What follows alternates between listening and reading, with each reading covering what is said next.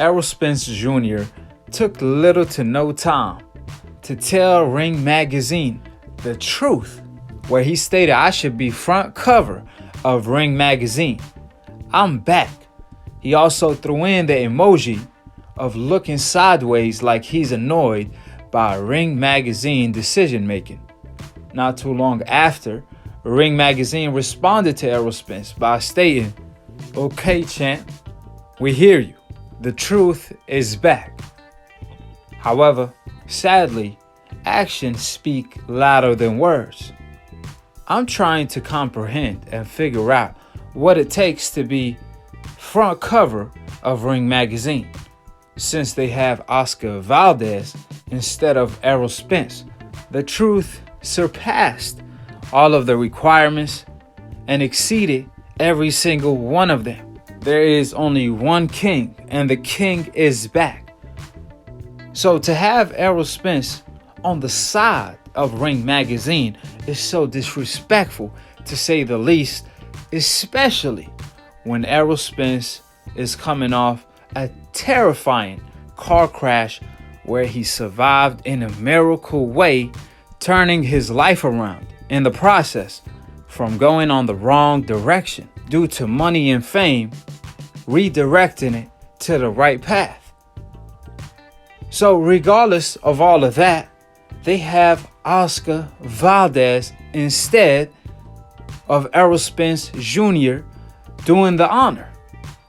Therefore, we're going to dissect what it takes to be on the front cover of Ring Magazine, because this move right here shows why in hip-hop community Tupac and Nas never received an award. This is the equivalence of Ring Magazine putting Oscar over a guy like Errol Spence. It shows the corruption that's going on, not just in boxing, but the system overall.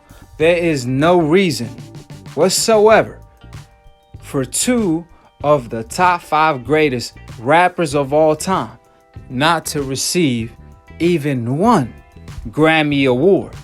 Just like there is no reason for Oscar Valdez to be front cover of Ring Magazine over Errol Spence when Errol Spence is back.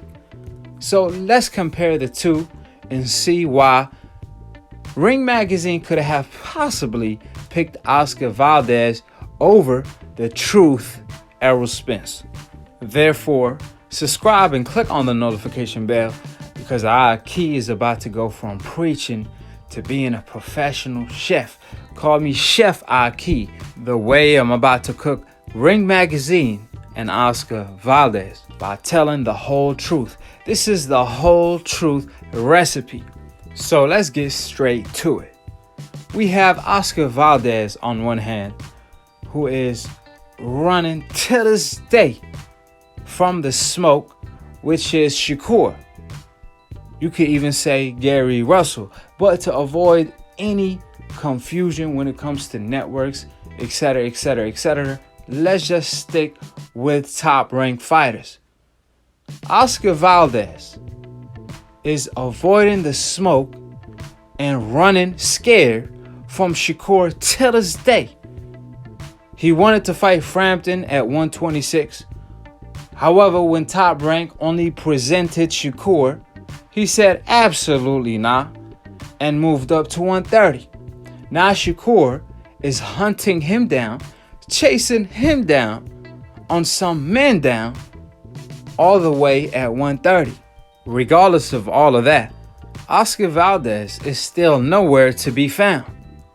But you could run, however you cannot hide, because we could see you, Oscar Valdez, on the front cover of Ring Magazine. For what? For running from the smoke? At least put Shakur, the guy he's running from, on the cover.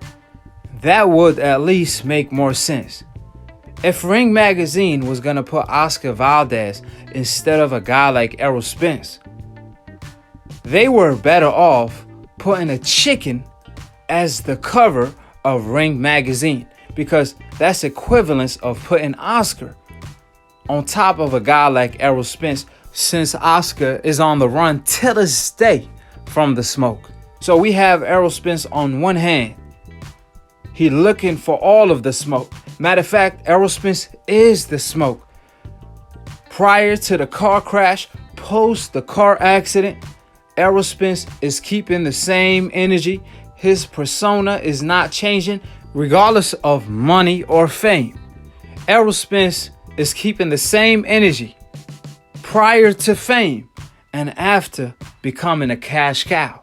Like I said, he wants all of the smoke. So again, help me understand or comprehend, why is Oscar Valdez on the front cover of Ring magazine? What did he do in order to earn that position? Because last time I checked, Errol Spence was the number 3 pound for pound in the world, soon to be number 1. Errol Spence is also the number 1 welterweight in the world, in the deepest division in boxing. While he's being the cash cow, he still wants all of the smoke. Unlike Oscar Valdez, where he's not the cash cow and he's still running from all of the smoke.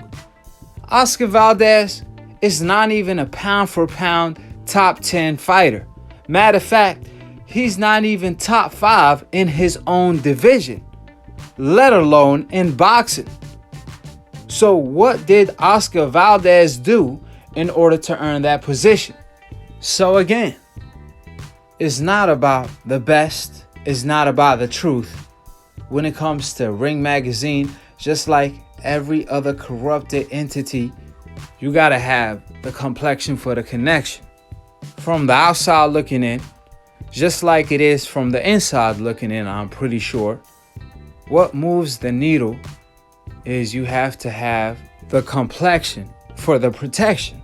If you don't, or you happen to be a fighter on the coincidental list, then obviously the double standards is going to be part of the equation. You're going to have to do not just twice as much, matter of fact, 3-4 times as much just to be as good. We all know Oscar Valdez is not even 1/10 of the fighter that Errol Spence is. They cut from 2 different cloths. Errol Spence is cut from the fabric of the truth, and Oscar Valdez is cut from the fabric of Canelo Alvarez. Their plan is as follow. In order to be the best, just avoid the best. These fighters don't even have the cojones to be the best, and we all know what that takes. You have to fight the best in order to be the best. Canelo, he's running from Andrade and Charlo for the past 5 years, and he's still running to this day. He haven't even negotiated with them guys, let alone fight them. Canelo don't even mention their names. And that's how Oscar Valdez move. I mean, they are stablemates, and you are who you hang with. Which is the reason why Oscar Valdez came out making ridiculous statements such as, the reason why I can't be a superstar is because Floyd Mayweather, he made ducking popular. The audacity when Floyd Mayweather spanked his promoter. I kid you not, Floyd spanked every single fighter on Golden Boy roster. He spanked his guy that he looked up to, which is Canelo Alvarez, when Floyd Mayweather was a grandpa, around 37 years old, and Canelo was in his prime in his bullyweight division, if you want to call it that, when Canelo was 23 years old. Which I already demolished Oscar Valdez when it came to making them ridiculous statements, which I'm going to drop that video separately. It was a segment on Split Decision, episode 47. So I'm going to leave it at that. Like I said, apparently in order to make the Ring magazine cut, you don't have to do all the right things, just do all of the wrong things. I mean, you could even cheat and be on Ring magazine front cover. You don't believe me? As soon as the Glovegate accusations came out, they made sure they put Tyson Fury not just once, but twice, 3 times on Ring Magazine front cover, knowing he cheated, and that's a fact. So that's the corruption we dealing with in the sport of boxing. Therefore, join me today on Split Decision. It's a boxing debate / talk show. I'm going to dive in deeper on this topic because, see, Errol Spence was receiving a whole lot of hate for no reason when he made the tweet, just because he spoke the truth. Errol Spence said nothing wrong. He spoke facts. This move right here was the ultimate disrespect by Ring Magazine. See, it would have been justifiable if they put Mike Tyson as the front cover. It would have made more sense than putting Oscar Valdez, the man that's running scared till this day, from Shakur. However, these decafs want to go at Errol Spence, claiming he was disrespectful when he was truthful. But these the same decafs that's scared to call in, because when they troll, that remain anonymous. However, when they call in, they think that their voice is such a big deal when they're pretty much still remaining anonymous. But they just got no cojones when they are confronted with the truth, since that's the decaf's kryptonite. When the truth is spoken, the other side is nothing but a lie. So I challenge every single decaf there is to call in on Split Decision if you have cojones. Therefore, subscribe below. If you're trying to get smarter by the minute, if you're trying to get dumber by the second, don't listen to these decafs, the dumb, casual ass fans that don't know shit about boxing. Word to Roger Mayweather, may he rest in peace, inshallah. And if you're a casual fan and you want to be a hardcore, all you have to do is click on the notification bell to get notified every time I post or go live on Split Decision. It's a boxing debate / talk show, mixed, master, engineer, produced by yours truly, Akhi, the past, present, and future undisputed pound for pound. When it comes to debating, they treat your boy Akhi, your broski Akhi, like Mike Tyson, the most feared when it comes to debating. Allah only made a couple things perfect: Floyd Mayweather undefeated record, and Akhi on Split Decision with a record of 600 plus, with 600 plus KOs, and a decaf won't do a thing about it. See, if I had a lower IQ, I could have enjoyed the debates with these decafs, but since I be nearly losing brain cells debating with the decafs due to their silly claims, hopefully I'm donating brain cells to them while debating them, knocking them out in the process, because this ain't a split decision. They're not going to be saved by the bell. It's a KO every time Akhi is on the mic, because every time I'm on the mic is nothing but the whole truth. 3 things that could never ever be hitting: the sun, the moon, and the truth that I spit on the mic daily.